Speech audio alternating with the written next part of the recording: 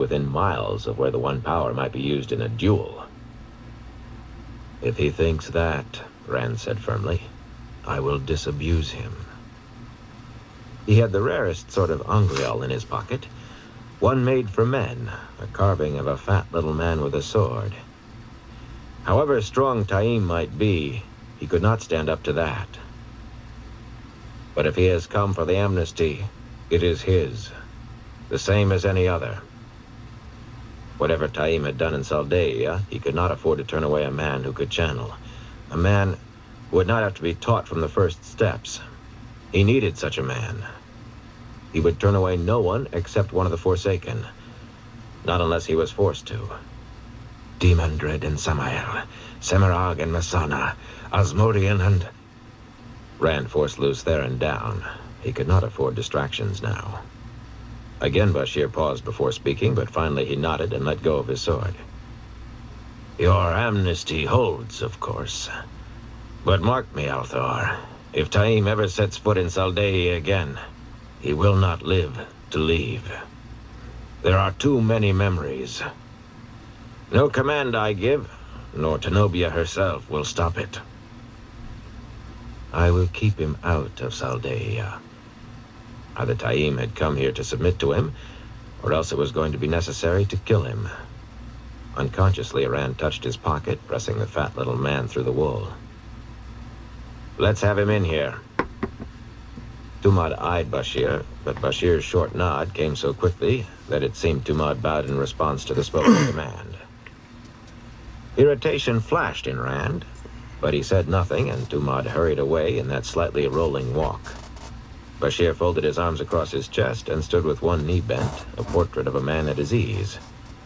Those dark tilted eyes, fixed on the way Tumad had gone, made it a portrait of a man waiting to kill something. The scuffling of feet started again among the Andorans, hesitant half-steps away, then pulling back. Their breathing sounded as though they had run miles.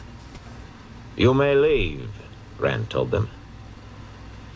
I, for one, will stand at your shoulder, Lur began, just as Neon said sharply, I will not run before. Hey, Rand OG, cut them how both you off. doing? Go! They wanted to show him they were unafraid, even if they were ready to soil themselves. They wanted to run, abandoning what dignity they had not already tossed at his feet. It was a simple choice. He was the Dragon Reborn, and currying favor meant obedience, and obedience in this case meant doing what they truly wanted. A flurry of extravagant bows and deep skirt-spreading curtsies, hurried murmurs of by your leave, my Lord Dragon, and as you command, my Lord Dragon, and they were not exactly scurrying out, but walking as quickly as they could manage without appearing to scurry. In the opposite direction from that in which Tumad had gone. No doubt they did not want to risk a chance encounter with Master Taim on his way in. The waiting stretched out in the heat. It took time to bring a man through the sprawling corridors from the palace gates. But once the Andorans were gone, no one moved. Bashir kept his gaze steady on the place Taim would appear. The maidens watched everywhere, but they always did, and if they looked ready to veil themselves again in an instant, they always did that too. Except for their eyes, they could have been statues. Finally, the sound of boots echoed into the courtyard. Rand almost reached out for Saidin, then held back. The man would be able to tell he held the power as soon as he entered the court. Rand could not afford to appear afraid of him. Tumad emerged into the sunlight first, then a black-haired man of slightly above-average height, whose dark face and tilted eyes, hooked nose, and high cheekbones marked him another Saldaian, though he was clean-shaven and garbed like a once prosperous Andoran merchant lately fallen on hard times. His dark blue coat had been of fine wool trimmed in darker velvet, but wear had made the cuffs ragged. His breeches bagged at the knee, and dust coated his cracked boots. Still, he walked proudly, no mean feat, with four more of Bashir's men behind him, those almost straight, slightly serpentine blades bare, and the points inches from his ribs. The heat hardly seemed to touch him. The maiden's eyes followed his progress. Rand studied Taim as the man and his escort crossed the courtyard. At least 15 years older than himself, 35 then, or a few years more at most. Little was known and less written of men who could channel. It was a subject most decent people avoided, but Rand had learned what he could. Relatively few men actually sought it out. That was one of Rand's problems. Since the breaking, most men who channeled had the ability born in them, ready to spring out as they grew into manhood. Some managed to keep madness at bay for years before Aes Sedai found and gentled them. Others were already hopelessly mad when found, at times less than a year after first touching saidin. Rand had clung to sanity for close to 2 years so far. Yet in front of him he had a man who must have managed it for 10 or 15. That alone was worth something. They halted a few paces before him at a gesture from Tumad. Rand opened his mouth, but before he could speak, Lews Therin rose up in a frenzy in his head. Samael and Demandred hated me. Whatever honors I gave them, the more honors, the worse the hate, until they sold their souls and went over. Demandred especially. I should have killed him. I should have killed them all. Scorch the earth to kill them all. Scorch the earth! Face frozen, Rand fought for his own mind. I am Rand al'Thor. Rand al'Thor. I never knew Samael, or Demandred, or any of them. The light burn me, I am Rand al'Thor. Like a faint echo, one more thought came from elsewhere. The light burn me. It sounded like a plea. Then Lews Therin was gone, driven back into whatever shadows he lived in. Bashir took advantage of the silence. You say you're Mazrim Taim? He sounded doubtful, and Rand looked at him in confusion. Was this Taim or not? Only a madman would claim that name, if it was not his. The prisoner's mouth quirked in what might have been the beginning of a smile, and he rubbed his chin. I shaved, Bashir. His voice held more than a hint of mockery. It is hot this far south, or had you not noticed? Hotter than it should be even here. Do you want proof of me? Shall I channel for you? His dark eyes flickered to Rand, then back to Bashir, whose face was growing darker by the minute. Perhaps not that, not now. I remember you. I had you beat at Iranjavar until those visions appeared in the sky. But everyone knows that. What does everyone not know? That you and Mazrim Taim will. Focused on Bashir, he seemed unaware of his guards or their swords still hovering near his ribs. I hear you hid what happened to Masar and Tachari and their wives. The mockery was gone. He was just relating what had happened now. They shouldn't have tried to kill me under a parley flag. I trust you found them good places as servants. All they really want to do now is serve and obey. They won't be happy otherwise. I could have killed them. They all 4 drew daggers. Taim, Bashir growled, hand darting for his hilt. You... Rand stepped in front of him, seizing his wrist with the blade half drawn. The guards' blades, Tumad's as well, were touching Taim now, very likely touching flesh, the way they were shoved against his coat. But he did not flinch. Did you come to see me, Rand demanded, or to taunt Lord Bashir? If you do it again, I'll let him kill you. My amnesty pardons what you've done, but it doesn't let you flaunt your crimes. Taim studied Rand a moment before speaking. Despite the heat, the fellow barely sweated. To see you. You were the one in the vision in the sky. They say it was the Dark One himself you fought. Not the Dark One, Rand said. Bashir was not fighting him exactly, but he could feel the tension in the man's arm. If he let go, that blade would be out and through Taim in a heartbeat. Unless he used the power. Or Taim did. That had to be avoided if it could be. He kept his grip on Bashir's wrist. He called himself Baal-Zaman, but I think he was Ishamael. I killed him later. In the Stone of Tyr. I hear you've killed a number of the Forsaken. Should I call you my Lord Dragon? I have heard this lot use the title. Do you mean to kill all the Forsaken? Do you know any other way to deal with them? Rand asked. They die or the world does. Unless you think they can be talked into abandoning the shadow the way they abandoned the light. This was becoming ridiculous. Here he was, carrying on a conversation with a man who certainly had 5 sword points drawing blood beneath his coat, while he himself held on to another man who wanted to add a 6th and draw more than a trickle. At least Bashir's men were too disciplined to do more without their general's word. At least Bashir was keeping his mouth shut. Admiring Taim's coolness, Rand went on as quickly as he could without seeming to be hurried. Whatever your crimes are, Taim, they pale beside the Forsakens. Have you ever tortured an entire city, made thousands of people assist in breaking each other slowly, in breaking their own loved ones? Semirog did that for no more reason than that she could, to prove she could, for the pleasure of it. Have you murdered children? Grendal did.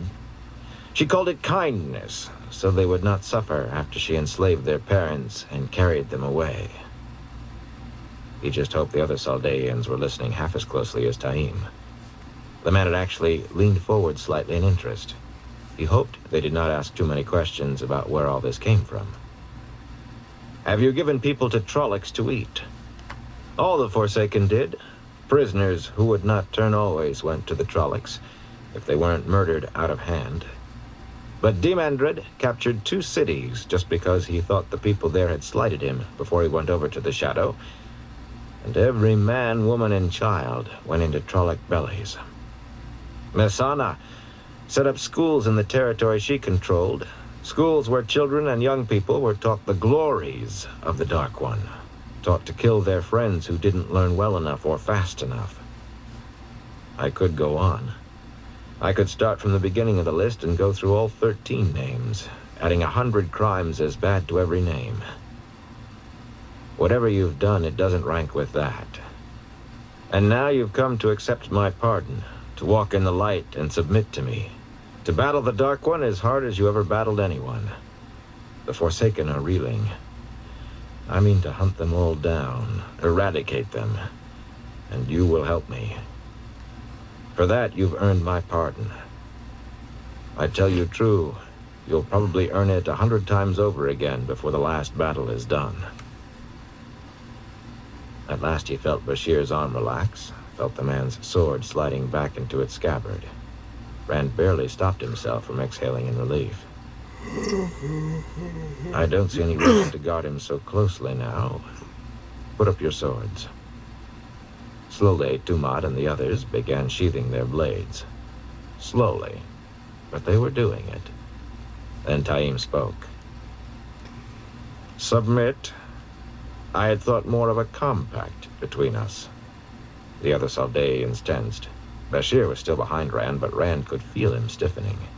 The maidens did not move a muscle, except that Jelani's hand twitched toward her veil. Taim tilted his head unaware. I would be the lesser partner, of course, yet I have had years more than you to study the power. There is much I could teach you. Rage rose up in Rand till his vision filmed red. He had spoken of things he should have no knowledge of, had probably birthed a dozen rumors about himself and the Forsaken, all to make this fellow's deeds seem less dark, and the man had the audacity to speak of compacts. Luce Theron raved in his head, Kill him! Kill him now! Kill him! For once, Rand did not bother to quell the voice. No compact, he growled. No partners. I am the Dragon Reborn, Taim. Me. If you have knowledge I can make use of, I will. But you will go where I say, do as I say, when I say. Without a pause, Taim slipped to one knee. I submit to the Dragon Reborn. I will serve and obey. The corners of his mouth quivered again in that almost smile as he rose. Tumad gaped at him. That fast, Rand said softly. The rage was not gone, it was white-hot. If he gave way, he was not sure what he would do. Luce Theron still babbled in the shadows of his head. Kill him! Must kill him! Rand pushed Luce Theron away to a barely audible murmur. Perhaps he should not be surprised at this. Strange things happened around Taviran, especially one as strong as himself. That a man might change his mind in a moment, even if his course had been carved in stone, should be no great surprise. But the anger had him, and a strong streak of suspicion. You named yourself the Dragon Reborn, fought battles all over Saldaea, were only captured because you were knocked unconscious, and you give up this quickly. Why? Taim shrugged. What are my choices? To wander the world alone, friendless, hunted, while you rise to glory? That's supposing Bashir doesn't manage to kill me before I can leave the city, or your Aiel women don't. Even if they don't, the Aes Sedai will corner me sooner or later. I doubt the tower means to forget Mazarim Taim. Or I can follow you, and part of that glory will be mine. For the first time he looked around, at his guards, at the maidens, and shook his head as if he could not believe it. I might have been the one. How could I be sure otherwise? I can channel. I'm strong. What said I was not the Dragon Reborn? All I had to do was fulfill just one of the prophecies. Like managing to be born on the slopes of Dragon Mount? Rand said coldly. That was the first prophecy to be met. Taim's mouth quirked again. It really was not a smile. It never touched his eyes. Victors write history. Had I taken the Stone of Tyr, history would have shown I was born on Dragon Mount. Of a woman never touched by a man, and the heavens opened up in radiance to herald my coming. The sort of thing they say about you now. But you took the stone with your Aiel, and the world hails you as the Dragon Reborn. I know better than to stand against that. You are the one. Well, since the whole loaf won't be mine, I will settle for whatever slices fall my way. You may find honors, Taim, and you may not. If you begin to fret over them, think what happened to the others who've done what you did. Logain, captured and gentled. Rumor says he died in the tower. A nameless fellow beheaded in Haddon Merk by the Tyrants. Another burned by the Mirandians, burned alive, Taim. That's what the Illianers did to Goran Rogad 4 years ago as well. Not a fate I would embrace, Taim said levelly. Then forget honors and remember the last battle. Everything I do is aimed at Tarmangaden. Everything I tell you to do will be aimed at it. You will aim at it. Of course, Taim spread his hands. You are the Dragon Reborn. I don't doubt that. I acknowledge it publicly.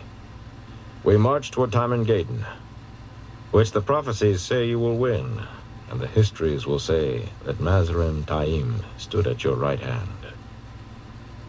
Perhaps, Rand told him curtly. He had lived too many prophecies to believe any of them meant exactly what they said, or even that they ensured anything. In his opinion, prophecy set the conditions that had to be met for a thing to happen. Only meeting them did not mean the thing would happen, just that it could. Some of the conditions set in the prophecies of the dragon more than implied that he had to die for any chance at victory. Thinking of that did nothing for his temper. The light send your chance doesn't come too soon. Now, what knowledge do you have that I need? Can you teach men to channel? Can you test a man to know whether he can be taught? Unlike women, one man who could channel could not simply sense the ability in another. There was as much difference between men and women with the one power as there was between men and women. Sometimes it was a matter of hair-fine degree, sometimes stone versus silk. Your amnesty? Some fools have actually shown up to learn how to be like you and me. Bashir only stared at Taim contemptuously, arms folded and boots spread apart, but Tumad and the guards shifted uneasily. The maidens did not. Rand had no idea how the maidens felt about the score of men who had answered his call. They never gave any sign. With the memory of Taim as a false dragon strong in their heads, few of the Saldaeans could hide their ill ease. Just answer me, Taim. If you can do what I want, say so. If not, That was the anger talking. He could not send the man away, not if every day was a struggle with him. Taim seemed to think he would, though. "I can do both," he said quickly. "I have found 5 over the years, not that I was really looking, but only one had the courage to go beyond the testing." He hesitated, then added, "He went mad after 2 years. I had to kill him before he killed me." 2 years. You've held it off a deal longer than that. How? "Worried?" Taim asked softly, then shrugged. "I can't help you. I don't know how. I just did. I'm sane as..." His eyes flickered toward Bashir, ignoring the other man's flat stare. "As Lord Bashir." But Rand wondered, suddenly. Half the maidens had returned to watching the rest of the courtyard. They were not likely to focus so deeply on one possible threat that they ignored others. The possible threat was Taim, and the second half of the maidens still had their eyes fixed on him and Rand for any sign the threat was real. Any man would have to be aware of them, sudden death in their eyes, their hands. Rand was, and they wanted to protect him. And Tumad and the other guards still gripped their sword hilts, ready to draw again. If Bashir's men and the Aiel decided to kill Taim, the man would have a hard time escaping that courtyard, however he channeled, unless Rand helped him. Yet Taim paid the soldiers and the maidens no more outward attention than he did the colonnade's columns or the paving stones beneath his boots. Bravery, real or feigned, or something else. A kind of madness. After a moment of silence, Taim spoke again. "You don't trust me yet. No reason you should. Yet. In time you will. In token of that future trust, I brought you a present." From under his worn coat, he pulled a rag-wrapped bundle a little larger than a man's 2 fists together. Frowning, Rand took it, and his breath caught when he felt the hard shape inside. Hastily, he pulled away multicolored rags, revealing a disc the size of his palm. A disc like that on the scarlet banner above the palace. Half white and half black, the ancient symbol of Aes Sedai, before the breaking of the world. He ran his fingers across the mated teardrops. Only 7 like this had been made of Gwendiar. Seals on the Dark One's prison, seals that held the Dark One away from the world. He had 2 more, hidden away very carefully. Protected very carefully. Nothing could break Gwendiar, not even the one power. The lip of a delicate cup made of heartstone could scratch steel or diamond. But 3 of the 7 had been broken. He had seen them, shattered, and he had watched Moraine carve a thin sliver from the edge of one. The seals were weakening, the light alone knew why or how. The disc in his hands had the hard slickness of Gwendiar, like a blend of the finest porcelain and polished steel. But he was sure it would break if he let it fall to the stones under his feet. 3 broken, 3 in his possession. Where was the 7th? Only 4 seals stood between humankind and the Dark One. 4, if the last was still whole. Only 4 standing between humankind and the last battle. How well did they still hold, weakened as they were? Luz Theron's voice came up like thunder. "Break it. Break them all. Must break them. Must break them all. Break them and strike. Must strike quickly. Must strike now. Break it, break it, break it." Rand shook with the effort of fighting that voice down, forcing away a mist that clung like spider webs. His muscles ached as if he wrestled with a man of flesh, a giant. Handful by handful, he stuffed the fog that was Luz Theron into the deepest crannies, the deepest shadows he could find in his mind. Abruptly, he heard the words he was muttering hoarsely. "Must break it now. Break them all. Break it, break it, break it." Abruptly, he realized he had his hands over his head, holding the seal, ready to smash it to the white pavement. The only thing stopping him was Bashir, up on his toes, hands raised to grip Rand's arms. I don't know what that is, Bashir said quietly, but I think maybe you should wait before deciding to break it, eh? Tumad and the others were no longer watching Taim. They gaped wide-eyed at Rand. Even the maidens had shifted their eyes to him, eyes full of concern. Sulan took a half-step toward the men, and Jelani's hand was outstretched toward Rand as if she did not realize it. No. Rand swallowed. His throat hurt. I don't think I should. Bashir stepped back slowly, and Rand brought the seal down just as slowly. If Rand had thought Taim unflappable, he had proof to the contrary now. Shock painted the man's face. Do you know what this is, Taim? Rand demanded. You must, or you wouldn't have brought it to me. Where did you find it? Do you have another? Do you know where another is? No, Taim said, voice unsteady. Not with fear, precisely. More like a man who had felt a cliff unexpectedly crumbling under him and had somehow found himself back on solid ground. That is the only one I've heard all sorts of rumors since I escaped the Aes Sedai. Monsters leaping out of thin air, strange beasts, men talking to animals and the animals talking back. Aes Sedai going mad like we're supposed to. Whole villages going mad, killing each other. Some could be true. Half what I know to be true is no less insane. I heard some of the seals have been broken. A hammer could break that one. Bashir frowned, stared at the seal in Rand's hands, then gasped.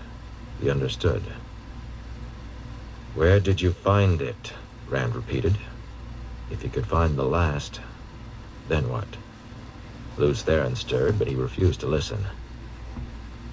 In the last place you would expect, Taim replied, which I suppose is the first place to look for the others. A decaying little farm in Saldaea. I stopped for water and the farmer gave it to me. He was old, with no children or grandchildren to pass it on to, and he thought I was the dragon reborn. He claimed his family had guarded it more than 2,000 years. Claimed they were kings and queens during the Trolloc Wars, and nobles under Utter Hawkwing. His tale could have been true. No more unlikely than finding that in a hut only a few days' ride from the Blight border. Rand nodded, then stopped to gather up the rags. He was used to the unlikely happening around him. It had to happen elsewhere, sometimes. Hurriedly rewrapping the seal, he handed it to Bashir. Guard this carefully. Break it. He squashed the voice hard. Nothing must happen to it. Bashir took the bundle reverently in both hands. Rand was unsure whether the man's bow was for him or the seal. For 10 hours or 10 years, it will be safe until you require it. For a moment, Rand studied him. Everybody's waiting for me to go mad, afraid of it, but not you. You must have thought I finally was just now, but you weren't afraid of me even then. Bashir shrugged, grinning behind his gray-streaked mustaches. When I first slept in a saddle, Muad Chida was Marshal General. The man was as mad as a hare in spring thaw. Twice every day he searched his body servant for poison, and he drank nothing but vinegar and water, which he claimed was sovereign against the poison the fellow fed him. But he ate everything the man prepared for as long as I knew him. Once he had a grove of oaks chopped down because they were looking at him, and then insisted they be given decent funerals. He gave the oration. Do you have any idea how long it takes to dig graves for 23 oak trees? Why didn't somebody do something? His family. Those not mad as he was, or madder, were afraid to look at him sideways. Tenobia's father wouldn't have let anyone touch Cheetah anyway. He might have been insane, but he could out-general anyone I ever saw. He never lost a battle. He never even came close to losing. Rand laughed. So you follow me because you think I can out-general the Dark One? I follow you because you are who you are, Bashir said quietly.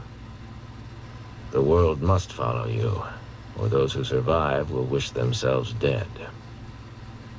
Slowly, Rand nodded.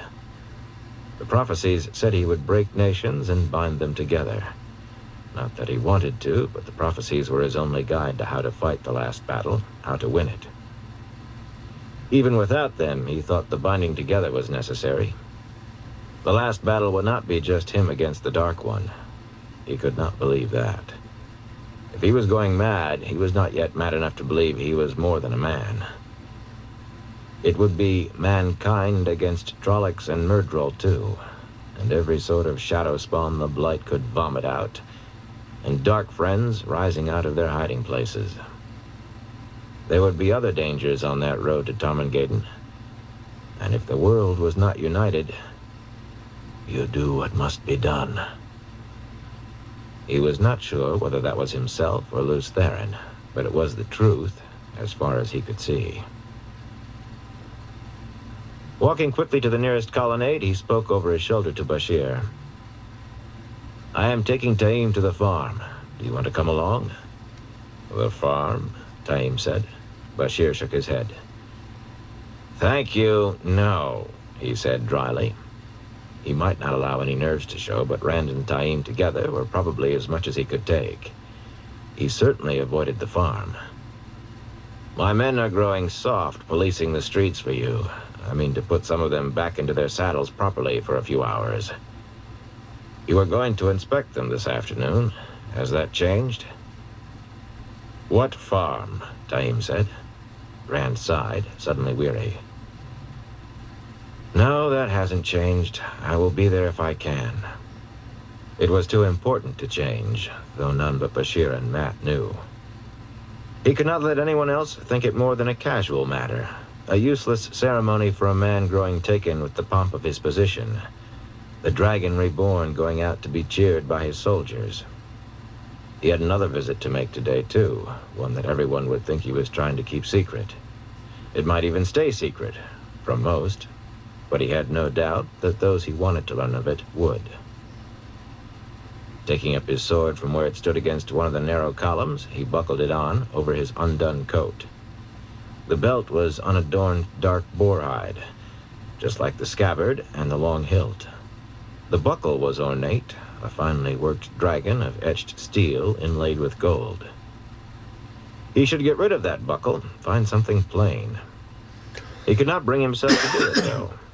It had been a gift from Avienda, which was the reason he should rid himself of it. He could never think his way out of that circle. Something else waited there for him, too. A 2-foot length of spear with a green and white tassel below the sharp head. He hefted it as he turned back to the courtyard. One of the maidens had carved the short shaft with dragons. Some people were already calling it the Dragon Scepter, especially Elenia and that lot. Rand kept the thing close to remind himself that he might have more enemies than those he could see. "What farm are you talking about?" Taim's voice grew harder. "Where is it you mean to take me?" For a long moment, Rand studied the man. He did not like Taim. Something in the fellow's manner would not allow it. Or maybe something in himself. For so long, he had been the only man who could even think of channeling without looking over his shoulder in a sweat for Aes Sedai. Well, it seemed a long time, and at least the Aes Sedai would not try to gentle him, not now that they knew who he was. Could it be as simple as that? Jealousy that he was no longer unique? He did not think so. Apart from everything else, he would welcome more men who could channel, walking the earth unmolested. Finally, he would stop being a freak. No, it would not go that far, not this side of Tarmangaden. He was unique. He was the dragon reborn. Whatever his reasons, he just did not like the man. "Kill him!" Lews Therin shrieked. "Kill them all!" Rand pushed the voice back down. He did not have to like Taim, only to use him. And trust him. That was the hard part. "I'm taking you where you can serve me," he said coldly. Taim did not flinch or frown. He merely watched and waited. the corners of his mouth twitching for one moment in that almost smile. Chapter 3. A Woman's Eyes. Stilling his irritation and Lews Theron's mutters, Rand reached out for Saidin, launched himself into the now familiar battle for control and survival in the midst of emptiness. The taint oozed through him as he channeled. Even within the void, he could feel it seeming to filter into his bones, perhaps into his soul. He had no way to describe what he did except as making a fold in the pattern, a hole through it. This he had learned on his own, and his teacher had not been very good at explaining even what lay behind the things he taught. A bright vertical line appeared in the air, widening quickly into an opening the size of a large doorway. In truth, it seemed to turn, the view through it, suddenly clearing among drought-draggled trees, rotating to a halt. Anila and 2 more maidens lifted their veils and leaped through almost before it settled. Half a dozen others followed, some with horn bows ready. Rand did not expect there to be anything for them to guard against. He had put the other end, if there was another end. He did not understand, but it seemed to him there was only one. In the clearing, because a gateway opening up could be dangerous around people. But telling the maidens, or any Aiel, that there was no need to be on guard was like telling a fish there was no need to swim. "This is a gateway," he told Taim. "I'll show you how to make one if you didn't catch it." The man was staring at him. If he had been watching carefully, he should have seen Rand's weaving of Saidin. Any man able to channel could do that. Taim joined him as he stepped through into the clearing, Sulin and the rest of the maidens following. Some gave the sword at Rand's hip a disdainful glance as they streamed past him, and maiden hand-talk flashed silently among them. Disgustedly, no doubt. Anila and the foreguard had already spread out warily among the bedraggled trees. Their coats and breeches, the cotton sore, made them seem part of the shadows, whether or not they had added the green to the gray and brown. With the power in him, Rand could see each dead needle distinctly on each of the pines. More were dead than were alive. He could smell the sour sap of the leather leaves. The air itself smelled hot, dry, and dusty. There was no danger for him here. "Wait, Randall Thor," came a woman's urgent voice from the other side of the gateway. Avienda's voice. Rand let go of the weave and Saidin immediately, and the gateway winked out just as it had come. There were dangers and dangers. Taim looked at him curiously. Some of the maidens, veiled and unveiled, spared him a moment for looks of their own, disapproving ones. Fingers flashed in maiden hand-talk. They had the sense to keep their tongues still, though. He had made himself clear on that. Ignoring curiosity and disapproval alike, Rand started off through the trees with Taim at his side, dead leaves and twigs crackling as they went. The maidens, in a wide circle around them, made no sound in their soft boots, laced to the knee. Vigilance buried their moment of rebuke.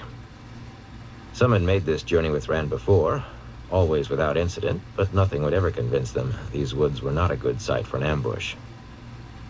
Before Rand, life in the Waste had been nearly 3,000 years of raids, skirmishes, feuds, and wars, unbroken for any length of time. There were surely things he could learn from Taim, if not nearly so much as Taim thought, but the teaching would go both ways, and it was time for him to start educating the older man. "Sooner or later you will come up against the Forsaken following me, maybe before the last battle, probably before. You don't seem surprised." "I have heard rumors. They had to break free eventually." So the word was spreading. Rand grinned in spite of himself. The Aes Sedai would not be pleased. Aside from anything else, there was a certain pleasure in tweaking their noses. "You can expect anything at any time. Trollocs, Murdrol, Dragkar, Greymen, Golam." He hesitated, Aaron-branded palms stroking his long sword hilt. He had no idea what a Golam was. Lews Theron had not stirred, but he knew that was the source of the name. Bits and pieces sometimes drifted across whatever thin barrier lay between him and that voice, and became part of Rand's memories, usually without anything to explain them. it happened more often lately. The fragments were not something he could fight, like the voice. The hesitation lasted only a moment. Not just in the north, near the Blight. Here or anywhere, they are using the ways. That was something else he had to deal with. But how? First made with Sidene, the ways were dark now, as tainted as Sidene. The shadow spawn could not avoid all of the dangers in the ways that killed men or worse, yet they still managed to use them. And if the ways were not as quick as gateways in traveling, or even skimming, they still allowed hundreds of miles to be covered in a day. A problem for later. He had too many problems for later. He had too many problems for now. Irritably, he slashed at the leather leaf with the dragon scepter. Pieces of wide, tough leaves fell, most brown. If you've ever heard a legend about it, expect it. Even darkhounds, though if they're really the wild hunt, at least the dark one isn't free to ride behind them. They're bad enough anyway. Some you can kill, the way the legends say. Some won't die for anything short of balefire, that I'm sure of. Do you know balefire? If you don't, that is one thing I'll not teach you. If you do, don't use it on anything but shadow spawn. And do not teach it to anyone. The source of some of those rumors you heard might be, I don't know what to call them except bubbles of evil. Think of them like the bubbles that sometimes rise up in a bog, only these are rising from the dark one as the seals weaken, and instead of rotten smells, they are full of, well, evil. They drift along the pattern until they burst, and when they do, anything can happen. Anything. Your own reflection can leap out of the mirror and try to kill you. Believe me. If the litany dismayed Taim, he did not show it. All he said was, I have been in the Blight. I've killed Trollocs before and Murdraw. He pushed a low branch out of the way and held it for Rand. I've never heard of this balefire, but if a darkhound comes after me, I will find some way to kill it. Good. That was for Taim's ignorance as much as his confidence. Balefire was one bit of knowledge Rand would not mind seeing vanish from the world completely. With luck, you won't find anything like that out here, but you can never be sure. The woods gave way abruptly to a farmyard with a sprawling thatch-roofed house of 2 weathered stories, smoke rising from one of its chimneys, and a large barn that had a distinct lean. The day was no cooler here than in the city a few miles away. The sun no less blistering. Chickens scratched the dust, 2 dun cows chewed their cud in a rail-fenced enclosure. A flock of tethered black goats busily stripped leaves from bushes within their reach, and a high-wheeled cart stood in the barn's shadow, but the place did not look like a farm. There were no fields in sight. Forest stretched all around the yard, broken only by the dirt track meandering northward, used for rare excursions to the city. And there were too many people. 4 women, all but one in her middle years, were hanging wash on a pair of lines, and nearly a dozen children, none older than 9 or 10, played among the chickens. There were men about, too, most doing chores. 27 of them, though in some cases it was a stretch to call them men. Evan Hopwell, the skinny fellow pulling a bucket of water from the well, claimed to be 20, and was certainly 4 or 5 years younger. His nose and ears seemed the biggest parts of him. Fedwin Moore, one of 3 men sweating on the roof replacing old thatch, was a good deal huskier, with a good deal fewer blotches, but certainly no older. More than half of the men had only 3 or 4 years on those 2. Rand had almost sent some of them home. Evan and Fedwin, at least. How's your night going, save that the White Tower took novices as young and sometimes younger. Gray showed among darker hair on a few heads, and priest-faced Damer Flynn in front of the barn using peeled branches to show 2 of the younger men how to handle a sword, had a limp, and retained only a thin fringe of white hair. Damer had been in the Queen's Guards until he took a Mirandian lance in his thigh. He was no swordsman, but he seemed competent to show the others how not to stab themselves in the foot. Most of the men were Andran, a few Kyrenian. None had come from Tyr yet, though the amnesty had been proclaimed there, too. It would take time for men to come that far. Damer was the first to notice the maidens, tossing down his branch and directing his pupil's attention toward Rand. Then Eben dropped his bucket with a yell, splashing water all over himself, and everyone was scrambling, shouting at the house, to cluster anxiously behind Damer. 2 more women appeared from inside, aproned and red-faced from cook fires, and helped the others gather the children behind the men. There they are, Rand told Taim. You have nearly half a day left. How many can you test? I want to know who can be taught as soon as possible. This lot was dredged from the bottom of... Taim began contemptuously, then stopped in the middle of the farmyard, staring at Rand. Chickens scratched in the dust around his feet. You haven't tested any of them? Why in the name of... You cannot, can you? You can travel, but you do not know how to test for the talent. Hell yeah, D-man. Some don't really want a channel. Rand eased his grip on his sword hilt. He disliked admitting gaps in his knowledge to this man. Some haven't thought beyond a chance at glory or wealth or power. But I want to keep any man who can learn, whatever his reasons. The students, the men who would be students, were watching him and Taim from in front of the barn with a fair approximation of calm. They had all come to Camelin hoping to learn from the Dragon Reborn, after all, or thinking they did. It was the maidens making a ring about the farmyard and prowling into the house and barn that caught their eyes with a wary fascination, even apprehension. The women clutched the children to their skirts, gazes fixed on Rand and Taim, expressions ranging from flat-eyed stares to anxious lip-chewing. Come on, Rand said. It's time to meet your students. Taim hung back. 1 second. Is this truly all you want me for? To try to teach these pathetic dregs, if any of them can be taught? How many do you really think to find in a handful that just straggled to you? This is important, Taim. I'd do it myself if I could, if I had time.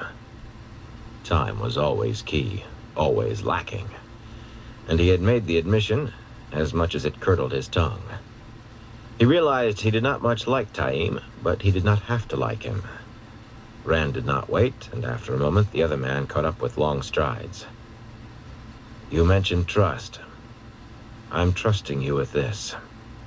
Don't trust, Luz Theron panted in the dim recesses.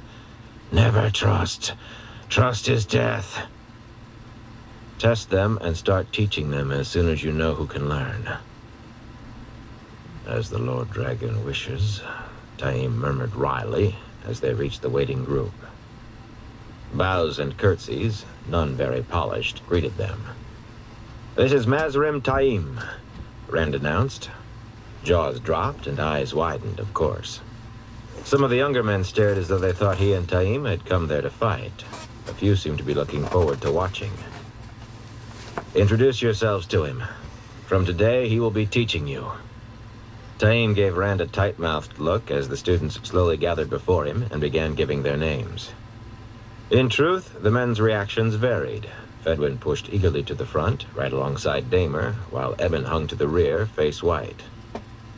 The others were somewhere in between, hesitant, uncertain, but speaking up finally. Rand's declaration meant an end to weeks of waiting for some of them, to years of dreaming, perhaps. Reality began today, and reality might mean channeling, with all that entailed for a man. A stocky, dark-eyed man, 6 or 7 years older than Rand, ignored Taim and slipped away from the others. In a farmer's rough coat, Jur Grady shifted from foot to foot in front of Rand and twisted a cloth cap in blunt hands. He peered at the cap, or the ground under his worn boots, occasionally glancing up at Rand. My Lord Dragon, I've been thinking, my pa is looking after my croft. A good piece of land. If the stream don't dry up, there might be a crop yet. If it rains and... He crushed the cap, then straightened it again carefully. I've been thinking about going home. The women were not gathering around Taim. In a silent line of worried eyes, they held hard to the children and watched. The youngest, a plump, pale-haired woman, a boy of 4 playing with her fingers, was Sora Grady. Those women had followed their husbands here, but Rand suspected that half of the talk between husband and wife eventually turned to leaving. 5 men had left already, and if none gave marriage as a reason, all had been married. What woman could be comfortable watching her husband wait to learn to channel? It must be like watching him wait to commit suicide. Some would say this was no place for families, yet most likely those same people would also say the men should not be here either. In Rand's opinion, the Aes Sedai had made a mistake, sealing themselves off from the world. Few entered the White Tower beyond Aes Sedai, women who wanted to be Aes Sedai and those who served them. Only a relative handful seeking help, and then under what they saw as great pressure. When Aes Sedai left the tower, most held themselves aloof, and some never did leave. To Aes Sedai, people were pieces in a game, and the world was the board, not a place to live in. To them, only the White Tower was real. No man could forget the world and ordinary people when he had his family in front of him. This only had to last until Tarmangaten. How long? A year? 2? But the question was whether it could even do that. Somehow it would. He would make it last. Families reminded men what they were going to fight for. Sora's eyes were fastened on Rand. "Go if you want to," he told Jur. "You can leave any time before you actually start learning to channel. Once you take that step, you're the same as a soldier. You know we'll need every soldier we can find before the last battle, Jur. The Shadow will have new dreadlords ready to channel. You can count on it. But it's your choice. Maybe you'll be able to sit it out on your farm. There must be a few places in the world that will escape what's coming. I hope so. Anyway, the rest of us will do our best to make sure as much escapes as possible. At least you can give your name to Taim, though. It would be a shame to leave before you even know whether you could learn." Turning away from Jur's confused face, Rand avoided Sora's eyes. "And you condemn Aes Sedai for manipulating people," he thought bitterly. He did what he had to do. Taim was still collecting names out of the shifting pack and still tossing barely subdued glares at Rand. Abruptly, Taim's patience seemed to give out. "Enough of this. Names can come later, for those of you who will still be here tomorrow. Who is the first to be tested?" Just that quickly, their tongues froze. Some did not even blink as they stared at him. Taim pointed a finger at Damer. "I might as well get you out of the way. Come here." Damer did not move until Taim grabbed his arm and hauled him a few paces apart from the rest. Watching, Rand moved nearer too. "The more power that's used," Taim told Damer, "the easier it is to detect the resonance. On the other hand, too big a resonance could do unpleasant things to your mind. Maybe kill you. So I'll start small." Damer blinked. Plainly, he barely understood a word, except maybe the part about unpleasant things and dying. Rand knew the explanation was meant for him, though. Taim was covering his ignorance. Abruptly, a tiny flame appeared, an inch tall, dancing in midair, equidistant between the 3 men. Rand could feel the power in Taim, though only a small amount, and see the thin flow of fire the man wove. The flame brought a startling relief to Rand. Startling because it was proof Taim really could channel. Bashir's first doubts must have stuck in the back of his mind. "Concentrate on the flame," Taim said. "You are the flame. The world is the flame. There is nothing but the flame." "Don't feel nothing but a ache starting in my eyes," Damer muttered, wiping sweat from his forehead with the back of a rough, calloused hand. "Concentrate!" Taim snapped. "Do not talk, do not think, do not move. Concentrate!" Damer nodded, then blinked at Taim's frown and froze, staring silently at the small flame. Taim seemed intent, but on what, Rand was not sure. He seemed to be listening. A resonance, he had said. Rand focused, listening, feeling for something. Minutes stretched out with none of them moving a muscle. 5, 6, 7 slow minutes with Damer hardly even blinking. The old man breathed hard, and he sweated so much he looked as though someone had upended a bucket over his head. 10 minutes. Suddenly Rand felt it, the resonance. A small thing, a tiny echo of the minuscule flow of power pulsing in Taim, but this seemed to come from Damer. It had to be what Taim meant, but Taim did not move. Perhaps there was more, or maybe this was not what Rand thought. Another minute or two went by, and suddenly Taim nodded and let the flame and Sayadine go. "You can learn." "Damer, was it?" He seemed surprised. No doubt he had not believed the very first man tested would pass, and a nearly bald old man at that. Damer grinned weakly. He looked like he might vomit. "I suppose I shouldn't be surprised if every one of these simpletons passes," the hawk-nosed man muttered with a glance at Rand. "You seem to have luck enough for 10 men." Boots shuffled uneasily among the rest of the simpletons. Undoubtedly, some were already hoping they would fail. They could not back out now, but if they failed, they could go home, knowing they had tried without having to face what came with passing. Rand felt a little surprise himself. There had not been anything more than that echo after all, and he had felt it before Taim, the man who knew what he was looking for. "In time, we'll find out how strong you can be," Taim said as Damer slipped back among the others. They opened a little distance around him and did not meet his eyes. "Perhaps you will turn out strong enough to match me or even the Lord Dragon here." The space around Damer widened a fraction. "Only time will tell. Pay attention while I test the others. If you are sharp, you should catch on to it by the time I find 4 or 5 more." A quick look at Rand said that was meant for him. "Now, who tests next?" No one moved. The Saldaean stroked his chin. "You." He pointed to a lumpy fellow somewhere well beyond 30, a dark-haired weaver named Kelly Hulden. In the line of women, Kelly's wife moaned. 26 more tests were going to take the rest of the daylight, maybe more. Heat or no heat, the days still grew shorter, as if winter really was coming on, and a failed test would take a few minutes longer than one passed, just to make certain. Bashir was waiting, and there was Wyramon to visit yet, and... "Carry on with this," Rand told Taim. "I will come back tomorrow to see how you've done. Remember the trust I'm putting in you."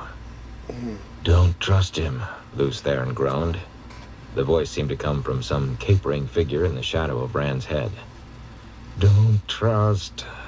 Trust is death. Kill him. Kill them all. Oh, to die and be done. Done with it all. Sleep without dreams. Dreams of Ilyena. Forgive me, Ilyena. No forgiveness. Only death. Deserve to die." Rand turned away before the struggle inside could show on his face. "Tomorrow, if I can." Taim caught up to him before he and the maidens were halfway back to the trees. "If you stay a little longer, you can learn the test." Exasperation touched his voice. "If I really do find 4 or 5 more anyway, which truly won't surprise me, you do seem to have the Dark One's own luck. I assume you want to learn, unless you mean to dump it all on my shoulders. I warn you, it will be slow. However hard I press, this Damer has days yet, weeks, before he can even sense Ideen, much less seize it. Just seize it, not channel even a spark." "I already picked up the test," Rand replied. "It wasn't difficult. And I do mean to put it all on your shoulders until you can find more and teach them enough so they can help you look. Remember what I said, Taim. Teach them fast." There were dangers in that. Learning to channel the female half of the true source was learning an embrace, so Rand had been told. Learning to submit to something that would obey once you surrendered to it. It was guiding a huge force that would not harm you unless you misused it. Elaine and Egwene thought that natural. To Rand, it was almost beyond belief. Channeling the male half was a constant war for control and survival. Leap into it too far, too fast, and you were a boy tossed naked into a pitched battle against armored foes. Even once you learned Saidin could destroy you, kill you, or obliterate your mind, if it did not simply burn the ability to channel from you. The same price that Aes Sedai exacted from the men they caught who could channel, you could exact from yourself in one careless moment, one instant of letting your guard down. Not for the men in front of them would not be willing to pay that price right that minute. Kelly Hulden's round-faced wife had him by the front of his shirt, talking urgently. Kelly was swinging his head uncertainly, and the other. But this was a war, and wars had casualties, even among married men. Light, but he was growing calloused enough to sicken a goat. He turned a little, so he did not have to see Sora Grady's eyes. Walk the edge with them, he told Taim. Teach them as much as they can learn, as fast as they can learn it. Taim's mouth tightened slightly at Rand's first words. As much as they can learn, he said flatly. But what? Things that can be used as weapons, I suppose. Weapons, Rand agreed. They had to be weapons, all of them, himself included. Could weapons allow themselves families? Could a weapon allow itself to love? Now, where did that come from? Anything they can learn, but that most of all. They were so few. 27, and if there was even one more than Damer who could learn, Rand would thank his being Taviran for drawing the man to him. Aes Sedai only caught in gentlemen who actually channeled, but they had become very good at it over the last 3,000 years. Some Aes Sedai apparently believed they were succeeding in something they had never intended, culling the ability to channel out of humanity. The White Tower had been built to house 3,000 Aes Sedai all the time, and far more if all their numbers had to be called in, with rooms for hundreds of girls in training. But before the split, there had only been 40 or so novices in the tower, and fewer than 50 accepted. I need more numbers, Taim. One way or another, find more. Teach them the test before anything else. You mean to try matching the Aes Sedai, then? Taim seemed unperturbed, even if that was Rand's plan. His dark, tilted eyes were steady. How many Aes Sedai are there altogether? 1,000? Not so many, I think, Taim said cautiously. Culling the human race. Burn them for it, even if they had cause. Well, there will be enemies enough anyway. One thing he did not lack was enemies. The Dark One and the Forsaken, Shadowspawn and Dark Friends. The White Cloaks certainly, and very likely Aes Sedai, or some of them, those who were Black Aja, and those who wanted to control him.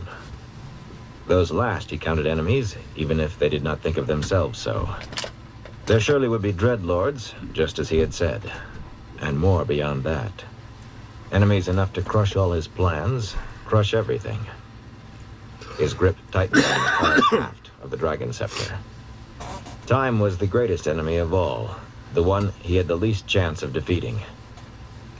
I'm going to defeat them, Taim. All of them.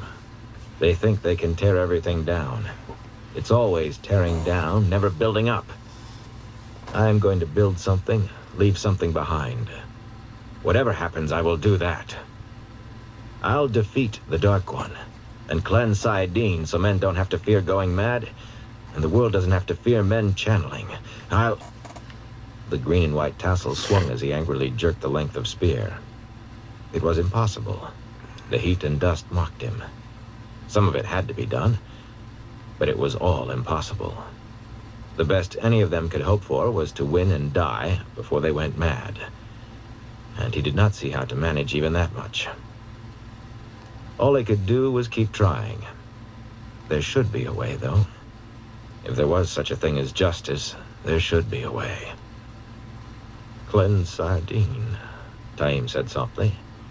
I think that would take more power than you can imagine. His eyes lidded thoughtfully. I have heard of things called Sa'angreal.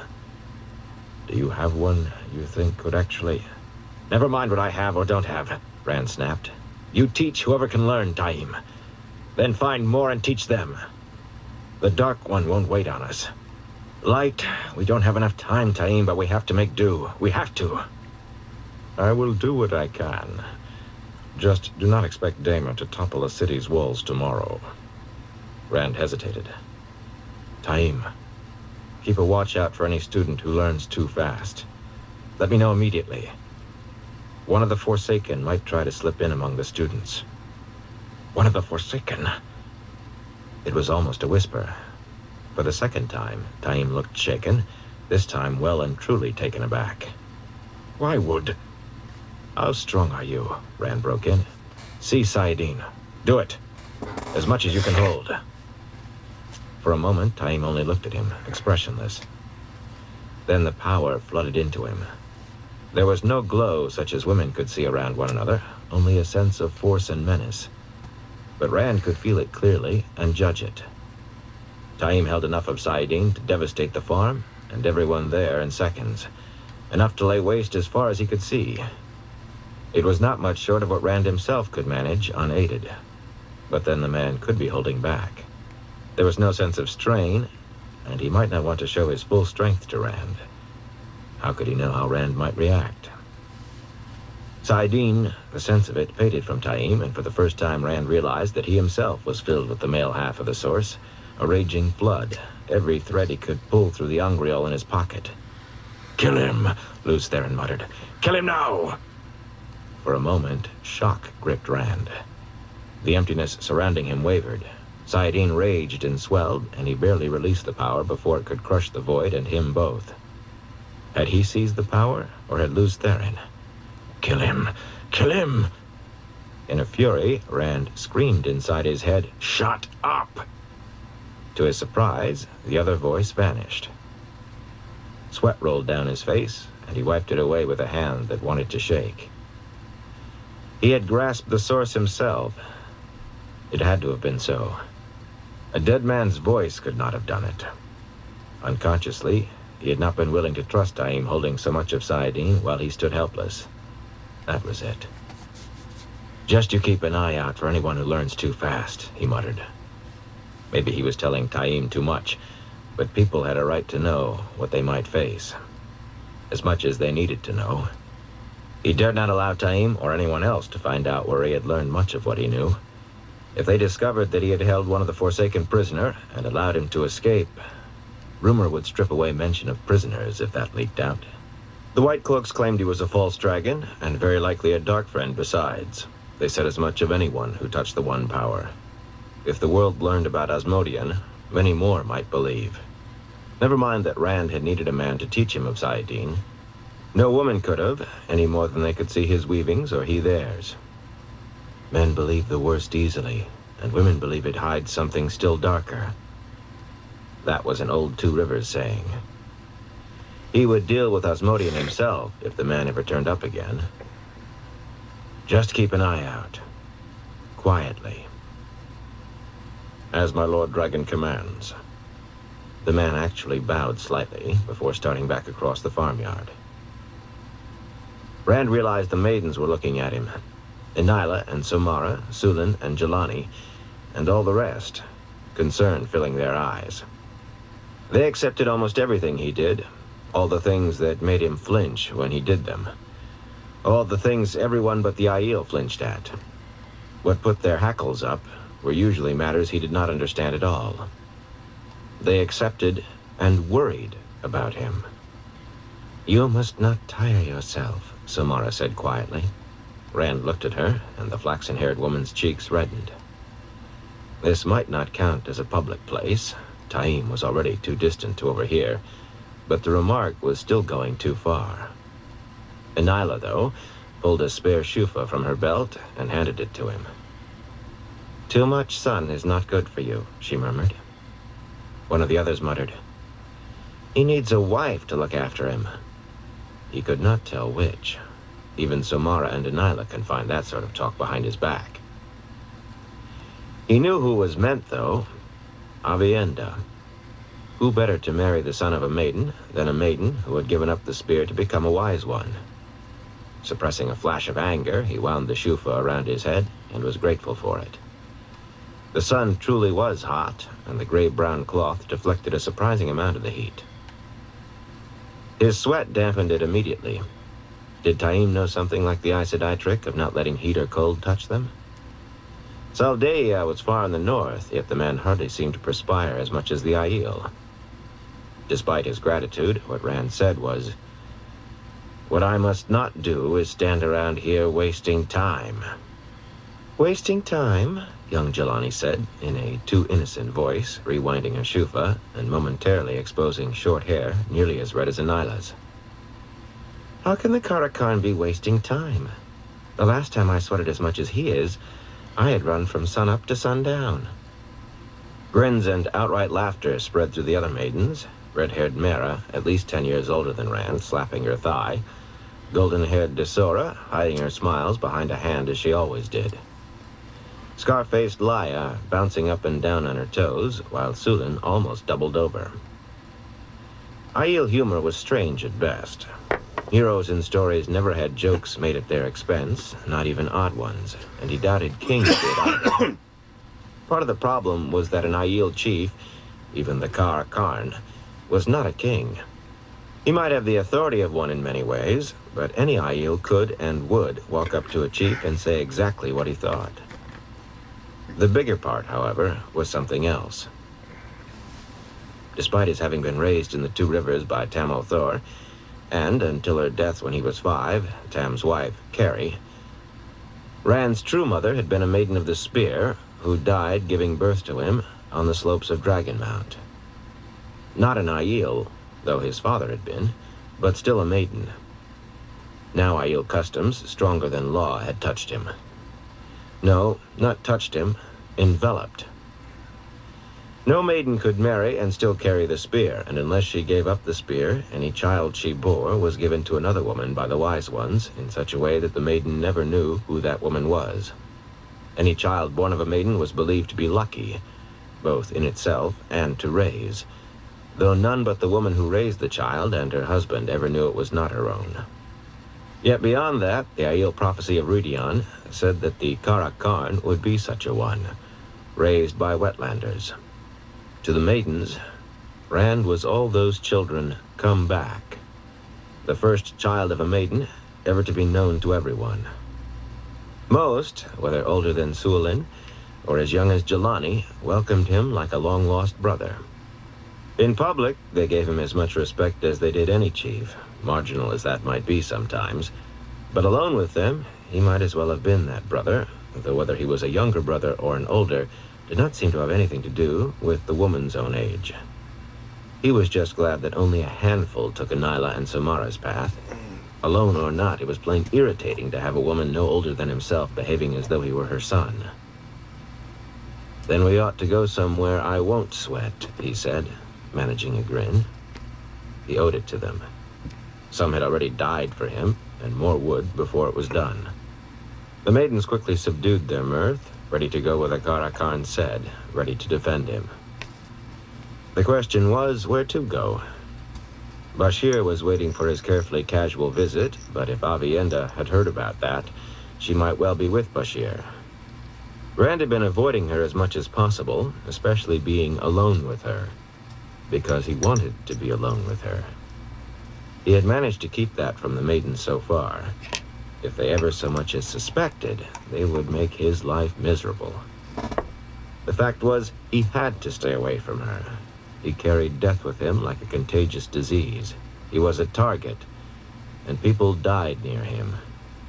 He had to harden his heart and let maidens die.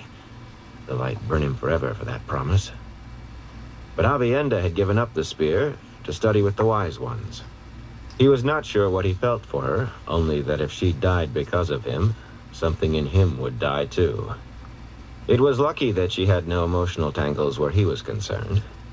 She tried to stay close to him only because the wise ones wanted her to watch him for them, and because she wanted to watch him for Elaine. Neither reason made the situation any easier for Rand. Exactly the opposite. The decision was easy, really. Bashir would have to wait, so he could avoid Avienda, and the visit to Wyramun, intended to begin in the palace with attempts at stealth meant to be pierced, would come now. A foolish reason to make a decision, but what was a man to do when a woman refused to see sense? It might work out for the best this way. Those who were supposed to learn of that visit still would, and perhaps believe, what they were supposed to all the more because it was made in true concealment. Perhaps the call on Bashir and the Saldaeans would even seem more casual because he left it until late in the day. Yes. Twists within twists, worthy of a Karianan playing the game of houses. Seizing Saidin, he opened a gateway, the slash of light widening to show the interior of a large green-striped tent, empty save for a carpeting of colorful rugs woven in Tyran maze patterns. There was no chance of an ambush in that tent, less even than around the farm, but Inila and Mera and others still veiled themselves and darted through. Rand paused to look back. Kelly Hulden was making his way toward the farmhouse, head down, and his wife herding their 2 children at his side. She kept reaching over to pat him consolingly, but even across the farmyard, Rand could make out her beaming face. Plainly, Kelly had failed. Taim was facing Jir Grady, both staring at a tiny flame wavering between them. Sora Grady, her son clasped to her breast, was not watching her husband. Her eyes were still locked on Rand. A woman's eyes cut deeper than a knife. Another Two Rivers saying. Stepping through the gateway, he waited for the rest of the maidens to follow, then released the source. He did what he had to do. Chapter 4. A Sense of Humor. The tent's dim interior was hot enough to make Camelin, some 800 miles or so north, seem pleasantly cool, and when Rand pushed the flap open, he blinked. The sun was a hammer that made him glad of the Shufa. A copy of the dragon banner hung above the green-striped tent alongside one of the crimson banners, bearing the ancient Aes Sedai symbol. More tents stretched across a rolling plain where all but a few tufts of tough grass had long since been beaten to dust by hooves and boots. Peak-roofed tents and flat, most white by far, if often dirty white, but many in colors or stripes, tents and the colorful banners of lords. An army had gathered here on the border of Tyr, on the edge of the plains of Moredo, thousands upon thousands of soldiers from Tyr and Cairhien. The Aiel had made their own camps well away from the wetlanders, 5 Aiel for every Tyran and Cairhienan, and more arriving by the day. It was an army to make Ilion shake in its boots, a host already mighty enough to smash anything in its path. Inila and the rest of the foreguard were already outside, veils down, with a dozen or so Aielmen. The Aiel kept a constant guard on this tent. Clothed and armed like the maidens, they were as tall as Rand or taller, lions to the maidens' leopards. Hard-faced, sun-dark men with cold eyes of blue or green or gray. Today, they were Shamad Khanda, Thunderwalkers, led by Roydan himself, who headed the society this side of the Dragon Wall. The maidens carried the honor of the Karakarn, but every warrior society demanded some share of the guard duty. One thing about some of the men's garb differed from the maidens. Half wore a crimson cloth, knotted around their temples with the ancient Aes Sedai symbol, a black and white disc above their brows. It was a new thing, first seen only a few months earlier. Wearers of the headband considered themselves Siswayaman, in the old tongue, the Spears of the Dragon. The spears owned by the dragon might be closer. The headbands and their meaning made Rand uncomfortable, but there was little he could do when the men refused even to admit they were wearing them. Why no maidens had donned the things, none he had seen at least, he had no idea. They were almost as reluctant to talk about it as the men. "I see you, Rand al'Thor," Roydan said gravely. There was considerably more gray than yellow in Roydan's hair, but a blacksmith could have used the heavy-shouldered man's face for hammer or anvil, and by the scars across his cheeks and nose, it seemed possible that more than one had. Icy blue eyes made his face soft by comparison. He avoided looking at Rand's sword.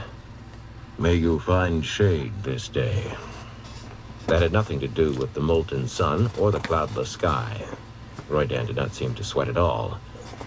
It was simply a greeting among people from a land where the sun was always baking hot and a tree rare. Equally formal, Rand replied, I see you, Royden. May you find shade this day. Is the High Lord Wyraman about? Royden nodded toward a large pavilion with red-striped sides and a crimson roof, ringed by men with tall spears, slanted precisely, shoulder to shoulder in the burnished breastplates and gold and black coats of Tyrant defenders of the stone. Above it, the three crescents of Tyr, white on red and gold, and the many-rayed rising sun of Kyrian, gold on blue, flanked Rand's own scarlet flag, all three twitching in a breeze that might have come from an oven. The Wetlanders are all there. Looking Rand straight in the eyes, Roydan added, Bruan has not been asked to that tent in 3 days, Randolph Thor. Bruan was clan chief of the Nekai Aiel, Roydan's clan. They were both Salt Flat Sept. Nor as Han of the Tomanel, or Derek of the Rain, or any clan chief. I will speak with them, Rand said. Will you tell Bruan and the others I am here? Roydan nodded gravely.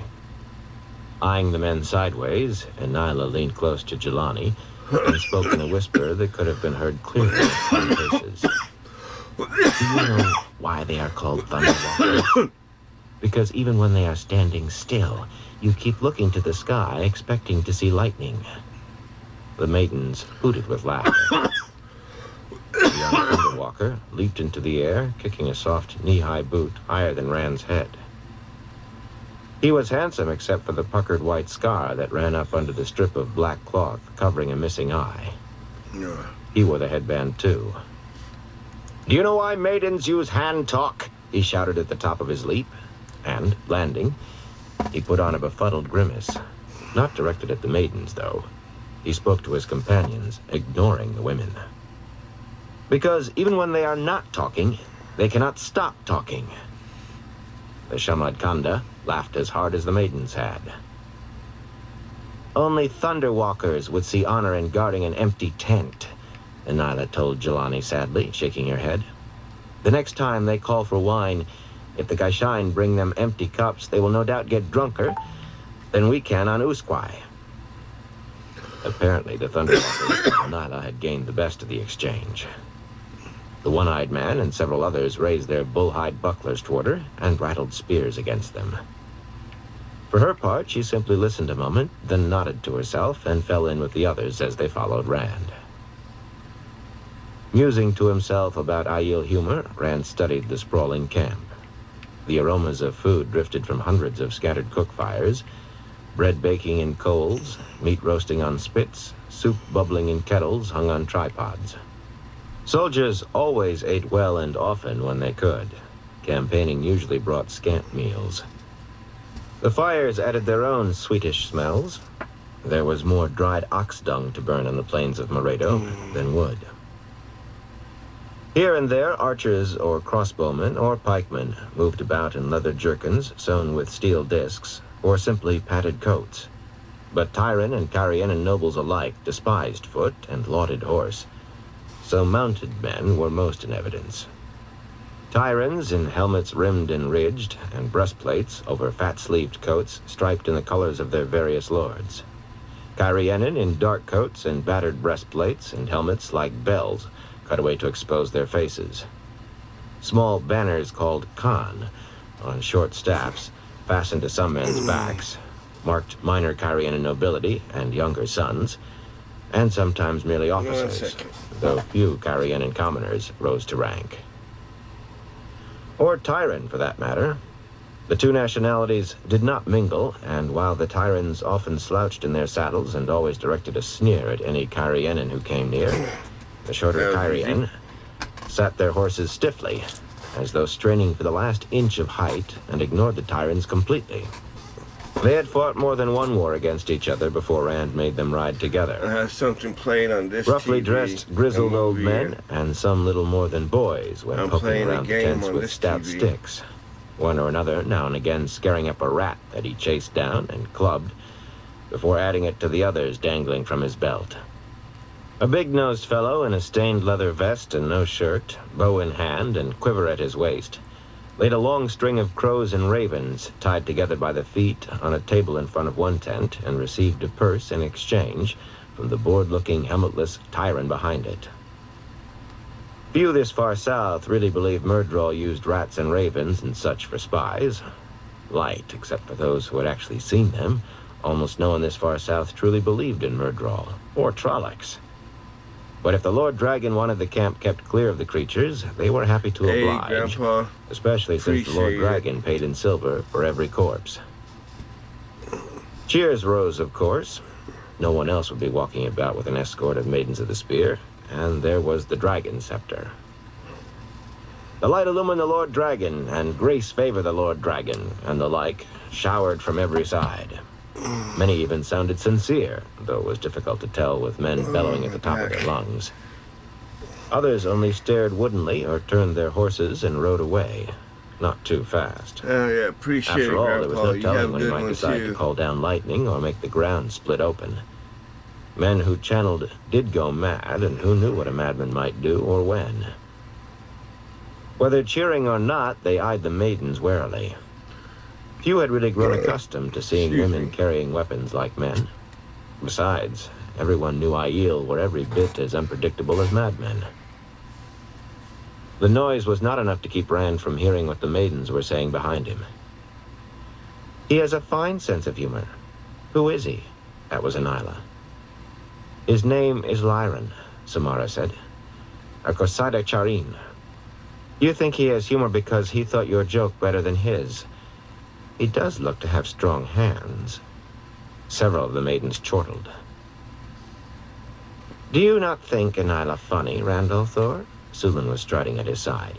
You did not laugh. You never laugh. Sometimes I do not think you have a sense of humor. I'm always good. Stopping For the dead, most part. Rand rounded on them so suddenly that several reached for their veils and looked about for what had startled him. He cleared his throat.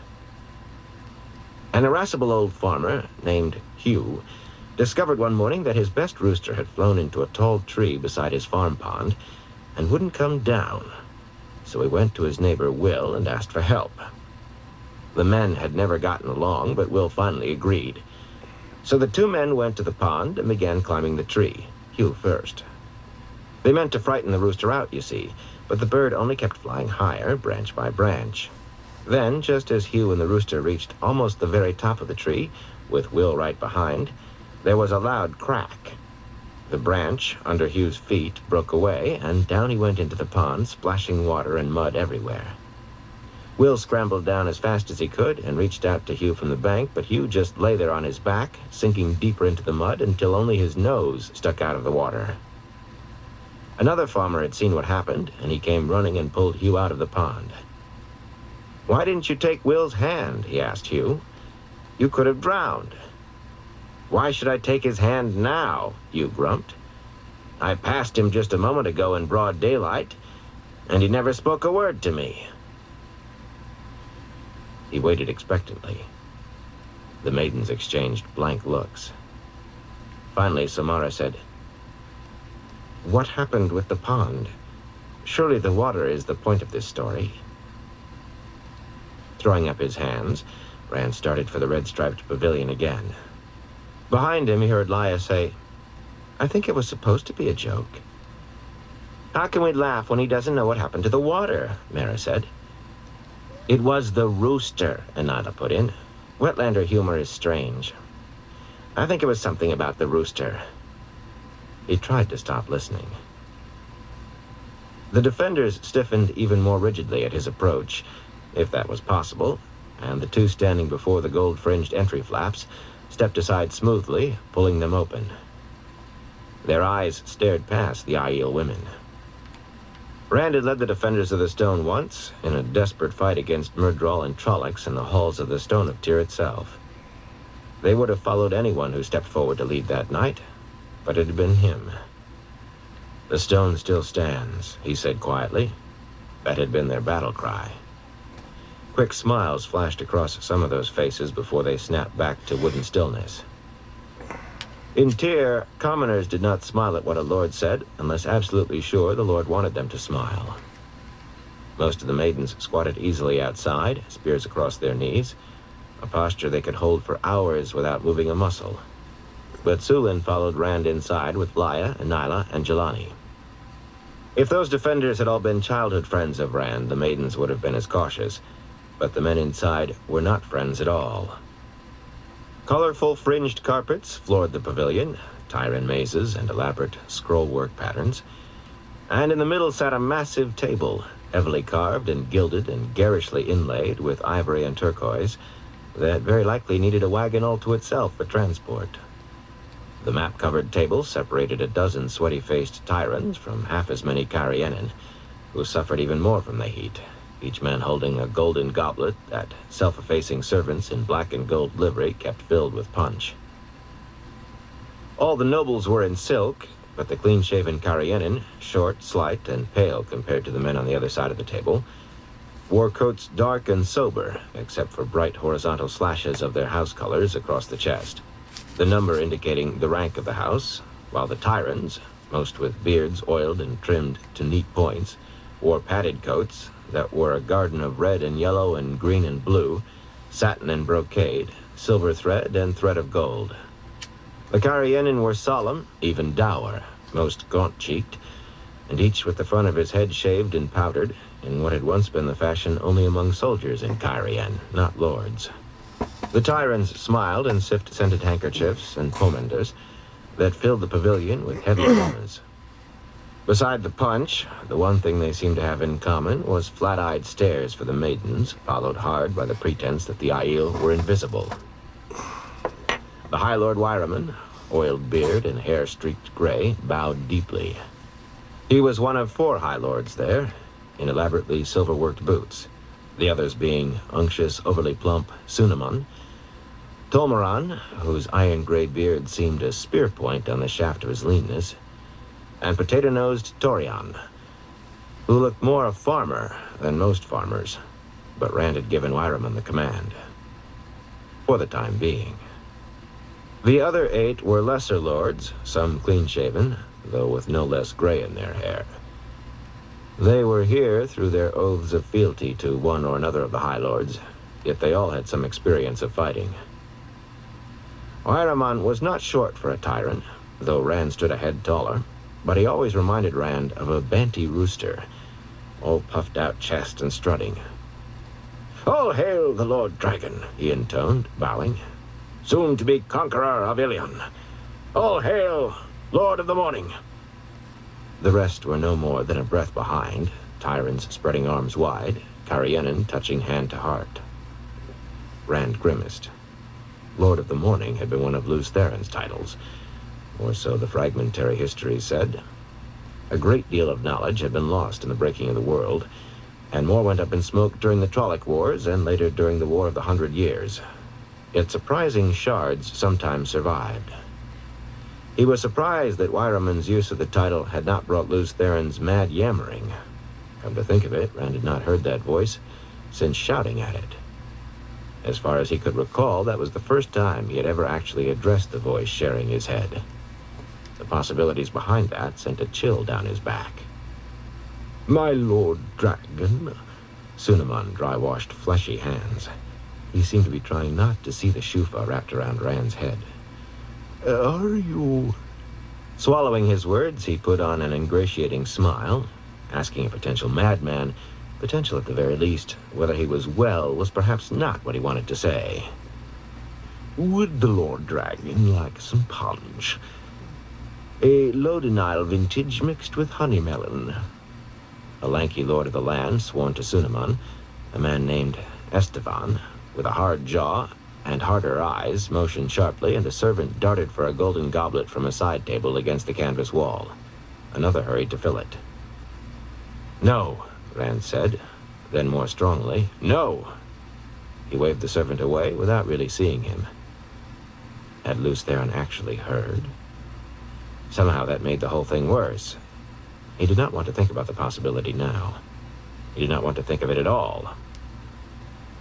As soon as Hearn and Simon get here, almost everything will be in place. Those 2 High Lords should be arriving soon. They led the last large parties of Tyrant soldiers to have left Cairhien over a month ago. Of course, there were smaller groups on the way south, and more Cairhienan. More Aiel, too. The stream of Aiel would draw things out. I want to see...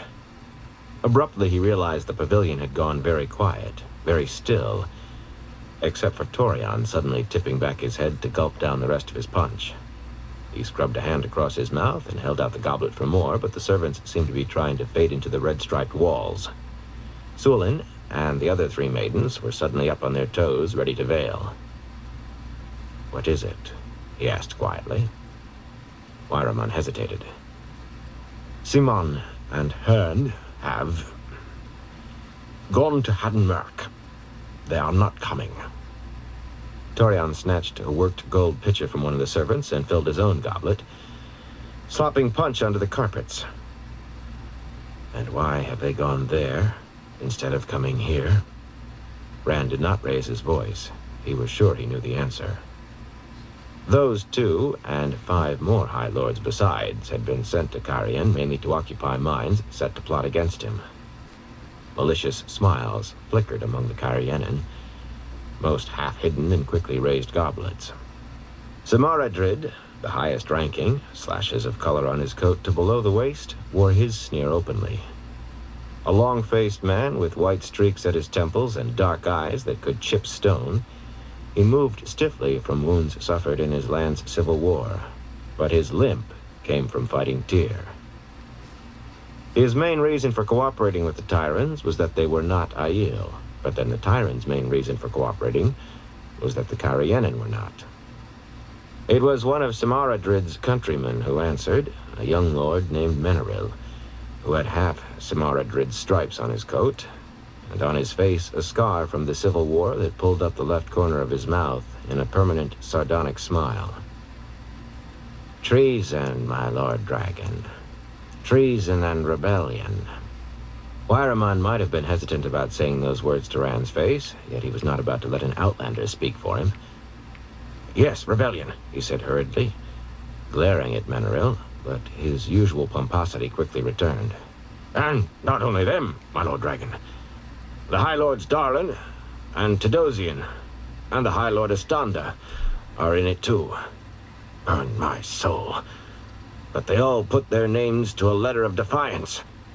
It seems some 20 or 30 minor nobles are involved as well, some little more than jumped-up farmers, like blasted fools." Rand almost admired Darlin. The man had opposed him openly from the start, fleeing the stone when it fell and trying to rouse resistance among the country nobles. Tadosian and Estanda were different. Like Hern and Simon, they had bowed and smiled, called him Lord Dragon, and plotted behind his back. Now his forbearance was repaid. No wonder Torian was spilling punch over his white-streaked beard as he drank. He had been involved deeply with Tadosian, and with Hern and Simon, for that matter. "They wrote more than defiance," Tolmeran said in a cold voice. "They wrote that you are a false dragon, that the fall of the stone and your drawing of the sword that is not a sword were some Aes Sedai trick." There was a hint of question in his voice. He had not been in the Stone of Tyr the night it fell to Rand. "What do you believe, Tolmeran?" It was a seductive claim in a land where channeling had been outlawed before Rand changed the law, and Aes Sedai were at best tolerated, where the Stone of Tyr had stood invincible for close to 3,000 years before Rand took it. And a familiar claim. Rand wondered whether he would find white cloaks when these rebels were laid by the heels. He thought Pedron Nile might be too smart to allow that. "I think you drew Kalendor," the lean man said after a moment. "I think you are the Dragon Reborn." Both times there was a slight emphasis on think. Tolmeran had courage. Estevan nodded, slowly, but he did. Another brave man. Even they did not ask the obvious question, though, whether Rand wanted the rebels rooted out. Rand was not surprised. For one thing, Haddenmerk was no easy place to root anyone out of. A huge, tangled forest, lacking villages, roads, or even paths. In the choppy mountainous terrain along its northernmost edge, a man would be lucky to cover a handful of miles in a long day, and armies could maneuver until their food ran out without finding one another. Perhaps more importantly, Whoever asked that question could be suspected of volunteering to lead the expedition, and a volunteer could be suspected of wanting to join Darlin, not lay him by the heels. Tyrans might not play Deus de Mar, the game of houses, the way the Carianan did. That lot read volumes in a glance and heard more in a sentence than you ever meant to put there. But they still schemed and watched one another, suspicious of schemes, and they believed everyone else did the same. Still, it suited seen as soft either. These men would not turn on him, but last battle or no last battle, only two things kept the Tyrans and Carianan from each other's throats. They preferred each other to Aielman, if barely, and they feared the wrath of the Dragon Reborn. If they lost that fear, they would be trying to kill one another and the Aiel before you could say Jack of the Mists. "Does anyone speak in their defense?" he asked. "Does anyone know any mitigation?" If any did, they held their tongues. Counting the servants, nearly 24 pairs of eyes watched him, waiting. Perhaps the servants most intently of all. Sulin and the maidens watched everything except him. "Their titles are forfeited, their lands and estates confiscated. Arrest warrants are to be signed for every man whose name is known, and every woman." That could present a problem. The penalty in Tyr for rebellion was death. He had changed some laws, but not that one, and it was too late now. "Publish it, that whoever kills one of them will be absolved of murder, and whoever aids them will be charged with treason. Any who surrender will be spared their lives," which might solve the difficulty of Estanda. He would not order a woman executed, if he could work how to manage it. But those who persist will hang. The nobles shifted uneasily and exchanged glances, whether Tyran or Carianan. Blood drained from more than one face. They had certainly expected the death sentences. There could be no less for rebellion, and with war in the offing. But the stripping of titles plainly shocked them. Despite all the laws Rand had changed in both lands, despite lords hauled before magistrates and hanged for murder or fined for assault, they still thought there was some difference bred in the bone. Some natural order that made them lions by right and commoners sheep. A High Lord who went to the gibbet died a High Lord, but Darlin and the others would die peasants in these men's eyes, a much worse fate than the dying itself. The servants remained poised with their pitchers, waiting to refill any goblet that had to be tilted very far in drinking. Features as expressionless as ever, there seemed to be a cheerfulness in some of those eyes not there before. "Now that that's settled," Rand said, dragging off the shufa as he went to the table, "let's see the maps. Samael is more important than a handful of fools rotting in Haddon Merk." He hoped they did rot. Burn them? Wyramon's mouth tightened, and Tolmeran quickly smoothed out a frown. Sunamon's face was so smooth it might have been a mask. The other Tyrans looked as doubtful, and the Carianan as well, though Samaradrid hit it well. Some had seen Myrdral and Trollocs during that attack on the stone, and some had seen his duel with Samael at Carian. Yet they thought his claim the Forsaken were loose a symptom of insanity. He had heard whispers that he had wrought all the destruction at Carian himself, striking out maniacally at friend and foe alike. Going by Laya's stony face, one of them was going to get a maiden's spear through him, if they did not guard those looks. They gathered around the table, though, as he tossed down the shufa and rummaged through the maps scattered in layers. Bashir was right. Men would follow madmen who won, so long as they won. Just as he found the map he wanted, a detailed drawing of the eastern end of Ilion, the Aiel chiefs arrived. Bruan of the Nakai Aiel was first to enter, followed closely by Jeron of the Sharad, Derek of the Rain, Han of the Tomanel, and Erim of the Charin. Each acknowledged the nods of Sulin and the three maidens. Bruan, a massive man with sad gray eyes, really was the leader of the 5 clans Rand had sent south so far.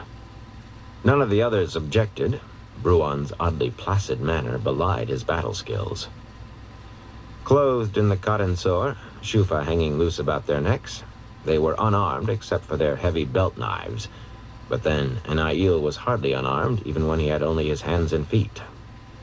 The Carianan simply pretended they were not there, but the Tyrants made a point of sneering and sniffing ostentatiously at their pomanders and scented handkerchiefs. Tyr had lost only the stone to the Aiel, and that with the aid of the Dragon Reborn, as they believed, or of Aes Sedai. But Carian had twice been ravaged by them, twice defeated and humiliated. Except for Han, the Aiel ignored them all. Han, white-haired and with a face like creased leather, glared murderously. He was a prickly man at best, and it might not have helped that some of the Tyrants were as tall as he. Han was short for an Aiel, which meant well above average for a wetlander, and as touchy about it as an Isla. And of course, Aiel despised tree killers, one of their names for Carianan, beyond any other wetlanders. Their other name for them was Oathbreakers. The Ilianers, Rand said firmly, smoothing the map out. He used the dragon scepter to hold down one end, and a gold-mounted ink pot and matching sand bowl for the other. He did not need these men to start killing each other. He did not think they would, while he was there at least. In stories, allies eventually came to trust and like one another. He doubted these men ever would. The rolling plains of Moredo extended a little distance into Ilion, giving way to forested hills well short of the Manetheren-Drell, and the river Shal, branching off from it. 5 inked crosses, about 10 miles apart, marked the eastern edge of those hills, the Dwalin Hills. Rand put his finger on the middle cross. "Are you sure Samael has not added any new camps?" A slight grimace on Wyraman's face made him snap irritably. "Lord Brend, if you prefer then, or the Council of Nine, or Matan Stepaneos Din Bulgar, if you want the king himself. Are they still like this?" "Our scouts say so," Jiran said calmly.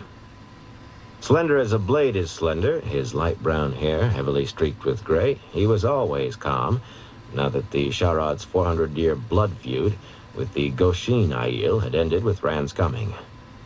"Sovin Nai and Duada Madin keep a close watch."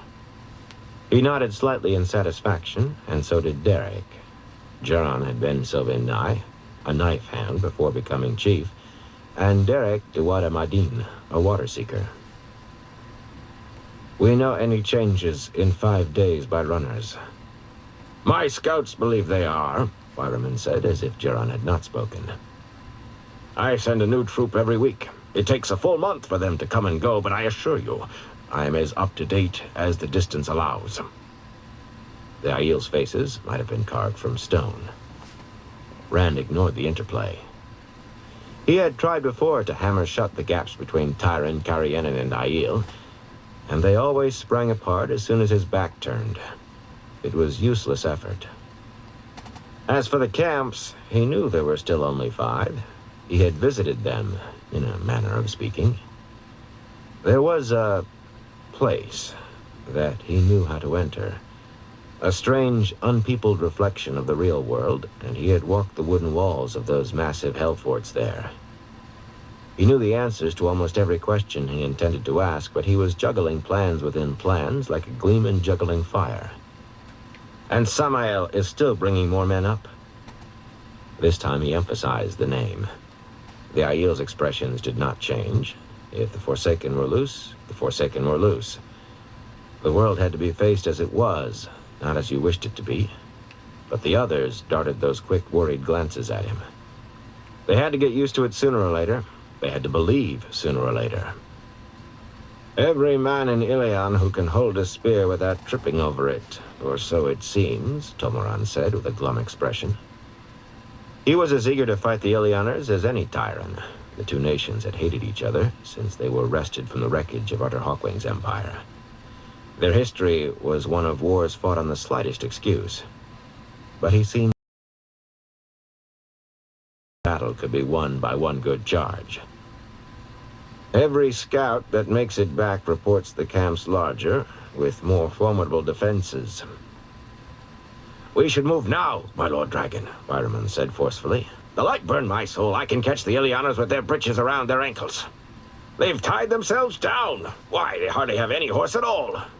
I'll crush them in detail, and the way will be open to the city.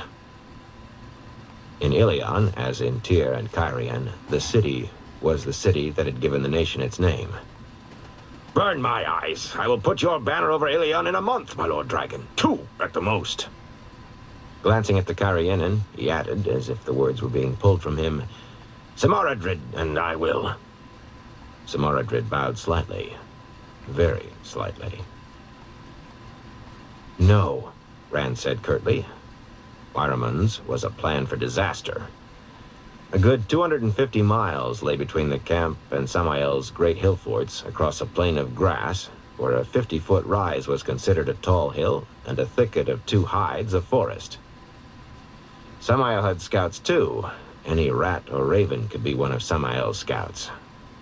250 miles. 12 or 13 days for the Tyrans and Cairhienin with luck. The Aiel could make it in perhaps 5 if they pushed. A lone scout or 2 moved faster than an army, even among Aiel, but they were no part of Wyramon's design.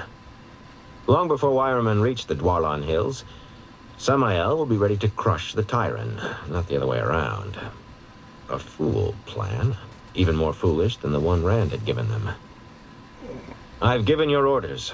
You hold here until Matt arrives to take command, and even then, no one moves a foot until I think I have enough numbers here. There are more men on their way, Tyrans, Cairhienin, Aiel. I mean to smash Samael Wyramon. Smash him forever, and bring Ilion under the dragon banner. That much was true. I only wish I could be with you, but Andor requires my attention yet. Wyramon's face became sour stone. Samaradrid's grimace should have turned the wine in his punch to vinegar, and Tomoran wore such a lack of expression that his disapproval was plain as a fist in the nose. In Samaradrid's case, it was the delay that worried. He had pointed out more than once that if every day brought more men to the camp here, it also brought more to the forts in Ilion. No doubt Wyramon's plan was the result of his urgings, though he would have made it better. Tomoran's doubts centered on Matt. Despite what he had heard from Cairhienin of Matt's skill in battle, Tomoran thought it flattery from fools for a countryman who happened to be a friend of the Dragon Reborn. They were honest objections, and Samaradrid's even had validity. If the plan they had been given had been more than another screen. It was unlikely Samael depended entirely on rats and ravens for his spying. Rand expected there were humans spy camp for other Forsaken as well, and probably for the Aes Sedai. It shall be as you say, my Lord Dragon, Wyramon said heavily. The man was brave enough when it came to battle, but a pure blind idiot, unable to think beyond the glory of the charge, his hatred of Ilioners, his contempt for Cairhienin and Aiel savages. Rand was sure Wyramon was exactly the man he needed. Tomoran and Samaradrid would not move too soon so long as Wyramon held the command. For a long while further they talked, and Rand listened, asking occasional questions. There was no more opposition, no more suggestions that the attack be made now. No discussion of the attack at all. What Rand questioned Wyramon and the others about was wagons. Wagons, and what was in them. The plains of Moredo had few villages and far between. No city except far matting in the north, and barely enough farmland to feed the people already there. A huge army would need a constant stream of wagons out of Tyr, bringing everything from flour for bread to nails for horseshoes. Except for Tolmoran, the High Lords were of the opinion that the army could carry what it needed to cross the plain, and then could live off Ilion. There seemed to be a certain relish in the thought of stripping their ancient enemies' lands to the ground like a swarm of locusts. The Cairhienin had a different opinion, especially Samaradrid and Menaril. Not only commoners had gone hungry during Cairhien's civil war and the Shido's siege of their capital. Their hollow cheeks spoke eloquently of that. Ilion was a fat land, and even the Dwarlan Hills held farms and vineyards. But Samaradrid and Mineral did not want to trust their soldiers' bellies to uncertain forage if there was another way. As for Rand, he did not want Ilion ravaged any more than could not be avoided. He did not really press anyone. Sunaman assured him the wagons were being assembled, and he had long since learned his lesson about telling Rand one thing and doing another. Supplies were being gathered all across Tyr, despite Wyraman's grimaces of impatience with the whole notion, and Torian's sweaty mutters about the expense. The important thing, though, was that the plan he had given them was going forward, and would be seen to be going forward.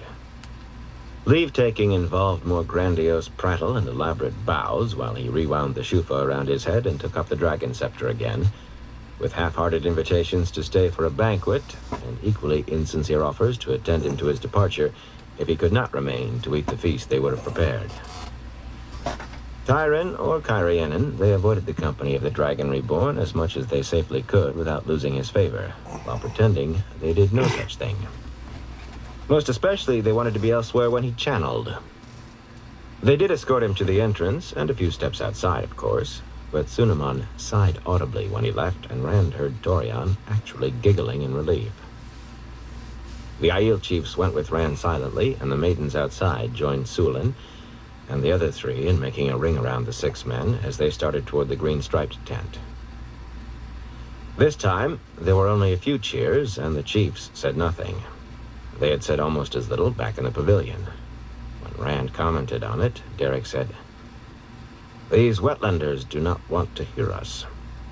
He was a husky man, within a finger width of Rand's height, with a big nose and paler streaks prominent in his golden hair. His blue eyes were filled with contempt. "They hear only the wind."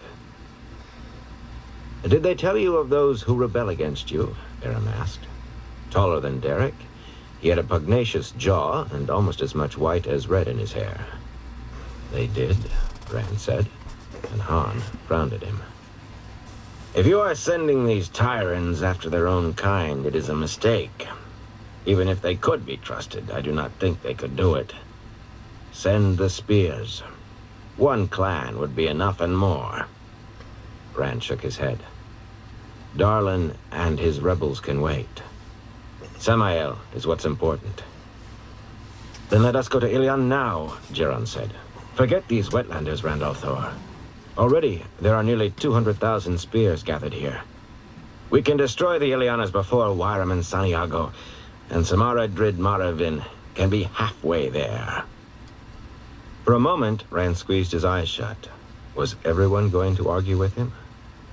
These were not men who would give way to frown from the Dragon Reborn. The Dragon Reborn was only a wetlander prophecy. They followed he who comes with the dawn, the Karakarn.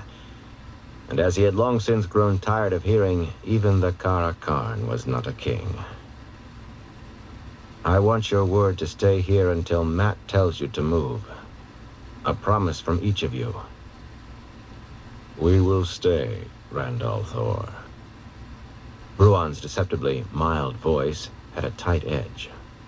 The others' agreements came in harder voices, but they came. "But it is wasting time," Han added, twisting his mouth. "May I never know shade if it is not." Geron and Aram nodded. Rand had not expected them to give in so quickly. "Now and then, you have to waste time to save it," he said, and Han snorted. Back at the green-striped tent, the Thunderwalkers had lifted up the sides on poles, letting the breeze blow through the shaded interior. Hot and dry as it was, the Aiel seemed to find it refreshing. Rand did not think he sweated a drop less than he had in the sun. He pulled off the shufa as he settled to the layered rugs, with Bruan and the other chiefs facing him. The maidens added their number to the Thunderwalkers around the tent. Every so often, banter between them drifted in, and laughter at it. This time, Lyron seemed to be getting the better of it. At least, the maidens rattled spears against bucklers at him twice. Rand understood almost none of it. Thumbing his short-stemmed pipe full of tobacco, he passed the goatskin pouch around for the chiefs to fill their pipes. He had found a small cask of good Two Rivers leaf in Camelin. then channeled his alight while they sent a thunderwalker for a burning twig from one of the cook fires. When all the pipes were lit, they settled down to talk, puffing contentedly. The conversation lasted fully as long as his discussion with the lords, not because there was that much to talk about, but because Rand had talked alone with the Wetlanders. Aiel were touchy about honor. Their lives were governed by Giotto, honor and obligation, with rules as complex and odd as their humor. They talked of the Aiel still on their way down from Kyrian, of when Matt would arrive, and of what, if anything, should be done about the Shido. They talked about hunting and women, and whether brandy was as good as Usquai, and about humor. Even patient Bruan finally spread his hands in surrender and gave up trying to explain Aiel jokes. What under the light was funny about a woman stabbing her husband by accident, whatever the circumstances, or a man ending up married to the sister of the woman he wanted to marry? Han grumped and snorted and refused to believe Rand did not understand. He laughed so hard at the one about the stabbing that he nearly fell over. The one thing they did not talk about was the coming war with Ilion. When they left, Rand stood squinting at the sun halfway down toward the horizon. Han was repeating the story about the stabbing, and the departing chiefs chuckled over it again. Tapping his pipe out on the heel of his palm, Rand ground the dottle underfoot in the dust. There was still time to return to Camelin and meet Bashir, but he went back inside the tent and sat watching the sun sink. As it touched the horizon, turning red as blood, Nyla and Samara brought him a plate of mutton stew heaped high enough for 2 men, a round loaf of bread and a pitcher of mint tea that had been set in a bucket of water to cool. "You do not eat enough," Samara said, trying to smooth his hair before he moved his head away. Nyla eyed him. "If you did not avoid Avienda so, she would see that you ate." "He attracts her interest, then runs from her," Samara muttered. "You must attract her again. Why do you not offer to wash her hair?" "He should not be that forward," Nyla said firmly. "Asking to brush her hair will be more than enough. He does not want her to think him forward."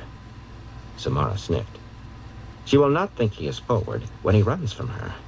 You can be too modest, Randall Thor." "You do realize that neither of you is my mother, don't you?" The 2 cotton-sore-clad women looked at each other in confusion.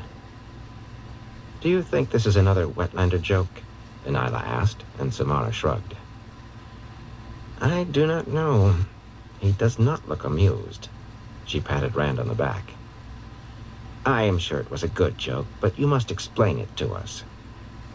Rand suffered in silence, grinding his teeth, while they watched him eat. They literally watched every spoonful.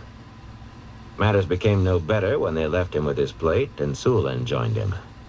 Sulin had some blunt and most improper advice on how he could attract Avienda's notice. Among the Aiel, it was the sort of thing a first sister might do for a first brother. "You must be decently modest in her eyes," the white-haired maiden told him, "but not so modest she thinks you boring. Ask her to scrape your back in the sweat tent, but shyly, with your eyes downcast. When you undress for bed, let yourself dance as if life pleases you. Then apologize when you suddenly realize she is there, and put yourself straight into your blankets. Can you blush?" A great deal of suffering in silence. The maidens knew too much and not enough. When they returned to Camelin, well after the sun had gone down, Rand crept into his apartment with his boots in his hands, fumbling his way through the anteroom into his bedchamber in the dark.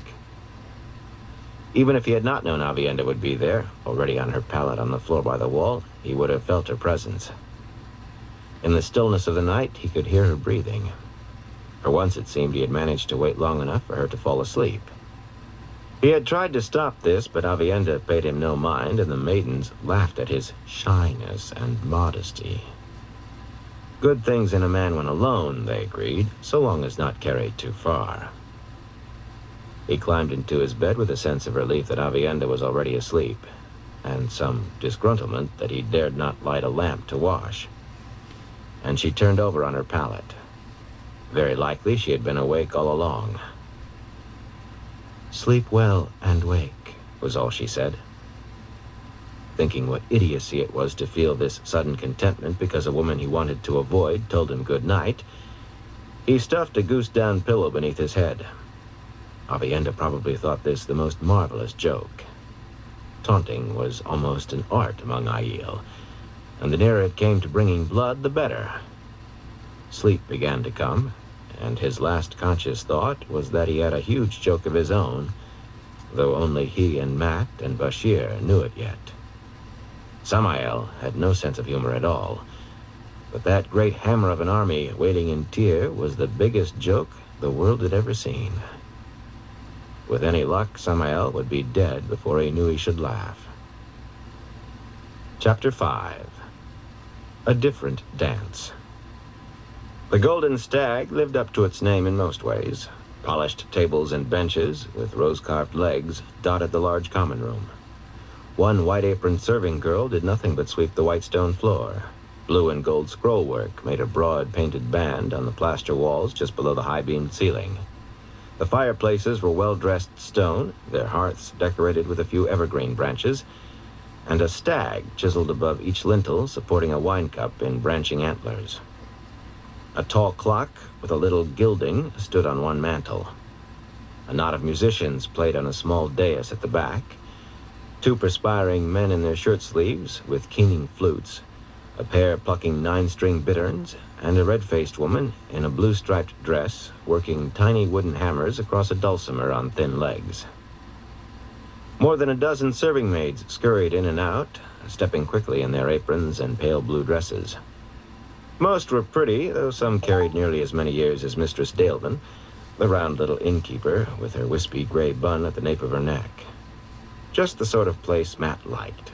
It fairly oozed comfort and an air of money. He had chosen it because it sat nearly dead center in the town, but the other had not hurt. Not everything fitted the second-best inn in Mayron, of course.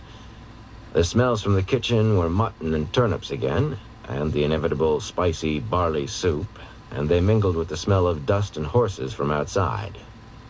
Well, food was a problem in a town jammed with refugees and soldiers, and more in camps all around it. Men's voices singing raucous marching songs came and went in the street, the sounds of boots and horses' hooves, and men cursing the heat. The common room was hot, too, without a breath of air stirring. Had the windows been swung out, dust would soon have coated everything inside, and it still would not have done much for the heat inside.